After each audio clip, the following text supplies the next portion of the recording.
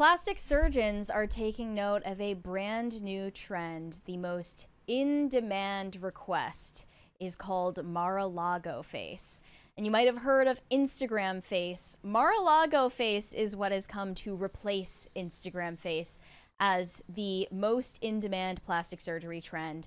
They have interviewed multiple plastic surgeons about this uptick in requests for Ivanka Trump's face, for Kimberly Guilfoyle's face, for Kristi Noem's face, and even Matt Gaetz from male patients. That one was crazy to me. Yes, and this began late summer last year during the time when the campaign was heating up and it was all the talk.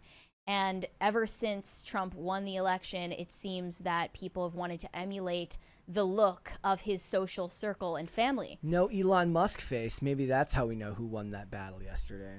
Do you think Elon has gotten work done? Yes. Do you think Trump has? I mean, Elon has gotten work done. His hair grew back. Well, aside from the hair transplants, that's the obvious yes, stuff. I'm sure he has. Botox, maybe? Probably. What about Trump? Trump doesn't appear to have injections in his face. He definitely is fond of spray tans, but maybe I don't know about anything else. I don't know.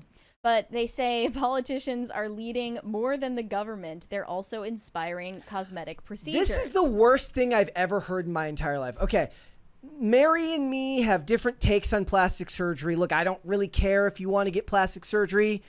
I do, however, care if you want to get plastic surgery based on a politician. If you're going to get plastic surgery, it should be on some vapid celebrity who's at the very least making their money off the backs of gullible customers who are spending their money, not like evil politicians whose whole job is to suck on the teat of the public.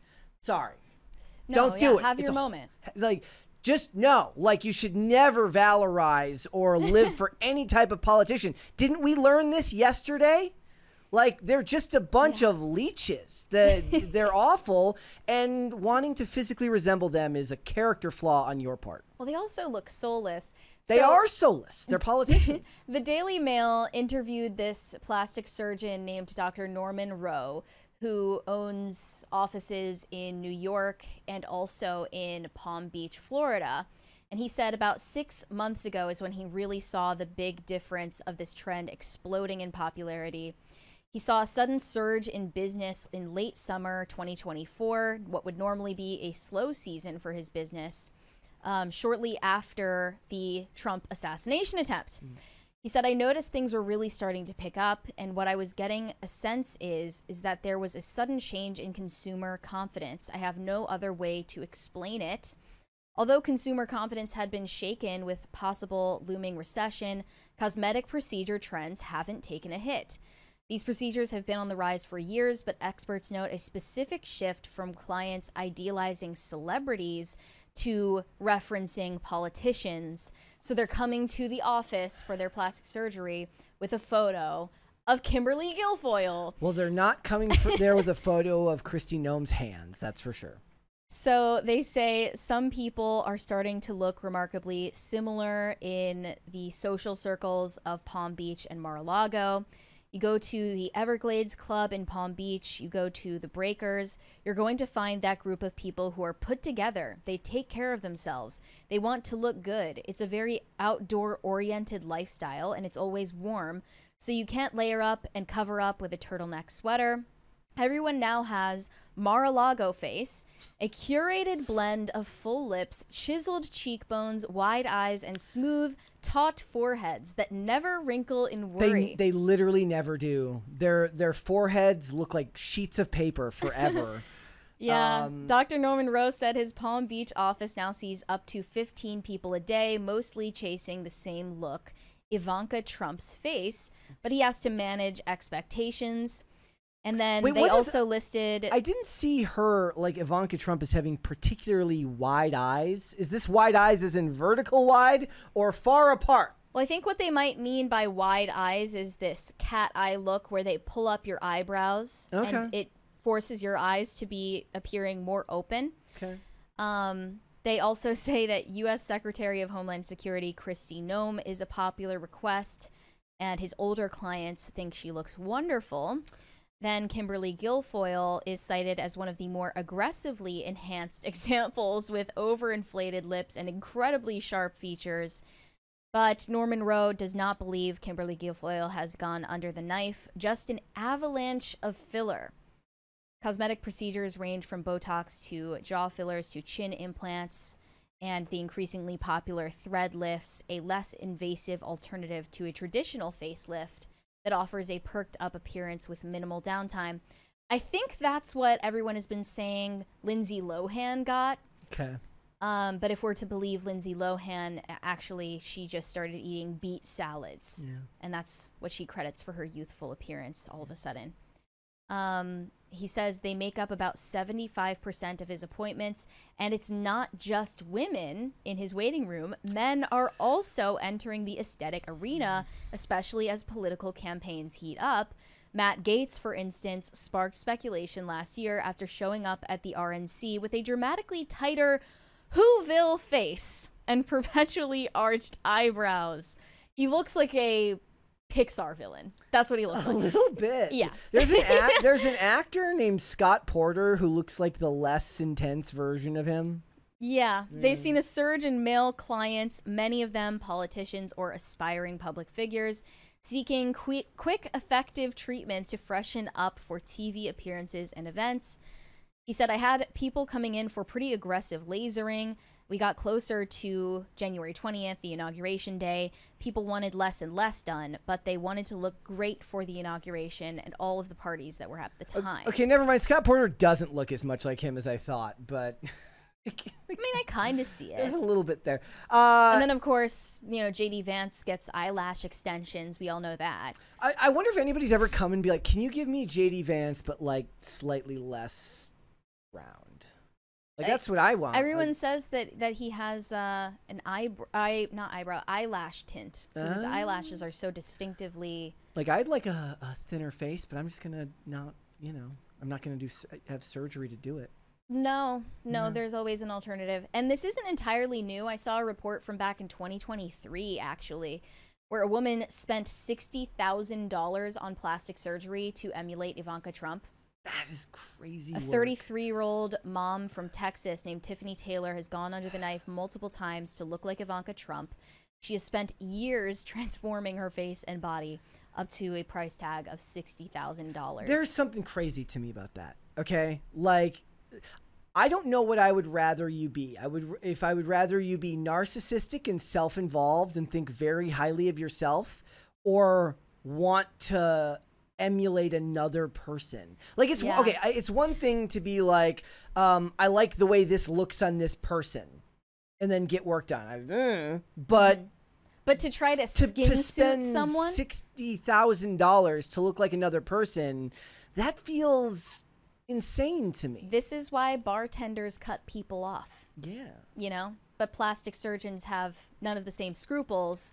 They're willing to do whatever it takes to get their paycheck. And if there's somebody who's mentally deranged walking into this office, spending their life savings to look like Ivanka Trump, they'll take it. I do like the idea, though, that like you come in and he's just like, look, I'll do all the work you want, just not to look like that. I mean, think about how they look in real life. They don't look the same as they do in static images, but I feel like we're kind of missing... Everyone's talking over each other.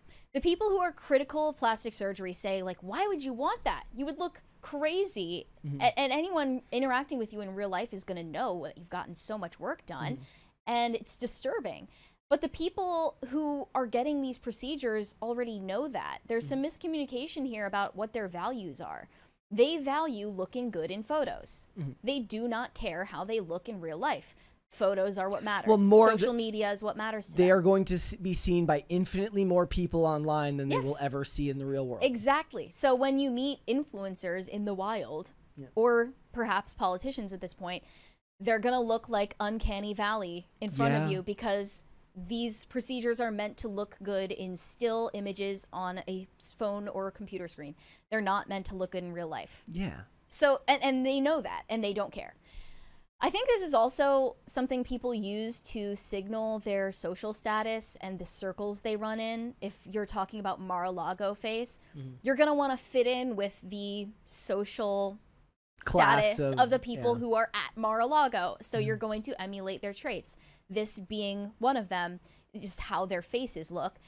And I think there is an increasing trend among Gen Z particularly where they want to emulate the old money aesthetic, which is so characteristic of this gilded Trump aesthetic. So they're now flocking to country clubs. They're taking over country club sports like golf or pickleball. Oh, gosh. They're dressing preppy even though they don't come from a background of generational wealth because it's aspirational. It's funny too because in the movies that person is never portrayed as a good person. They're always invariably a bad person. It's funny because like the most elitist people I've ever met in my life are not people who are highly successful. It's the people who are social climbers. It's like when people talk about like a doctor is never going to ask you to call them doctor, but a social scientist will definitely ask you to call them doctor. So this was a report from Business Insider just this month about Gen Z taking over golf and tennis, and boomers wish they would get lost. There was like this little storyline in the movie Romeo Must Die where the guy Delroy Lindo's character is like learning golf because like he's like gonna try and buy a football team, and he's like, look, all the business dealings when you get to a certain tax bracket don't take place in a pool hall, they take place on a golf course. I mean, I'm sure that if you work at a country club or a golf course as a young person, it's going to open up a lot of opportunities for you. Wait, what does that mean that like the hipster version of that, if you're like a young new money person, is that you go to Top Golf and just shoot on the driving range? That's the pedestrian version. Trend. So golf's reach is up 30% since 2016. There's plenty of golfers here at Timcast. Under 18 are now 37% female, up from 15% female in 2000. Yeah. Tennis is up by 45% since just 2019. 1 in every 12 Americans is playing tennis now. The new interest in these sports is linked to Gen Z's intense desire for wealth. Instead of adopting the Musk Zuckerberg quiet luxury look where they just wear the same plain uniform every day, young people are turning to an old money aesthetic to manifest wealth by embodying an elite look and their hobbies. So it seems like there's 3 categories that I see here. There is the Mark Zuckerberg look, which is like you wear the same. Even Tim, after a fashion, is like this. He wears pretty much the same thing every day. The millennial approach. The millennial approach from Zuckerberg was like, I make 1,000 decisions a day. I don't want to have to make a decision about what I'm dressed like. Now they could do that, but that doesn't signal anything because you just look like a normal person. Yeah. Then there's like the really like over the top ostentatious type of wealth, which is more indicative of new money. And then there's old money. You're wearing a smoking jacket.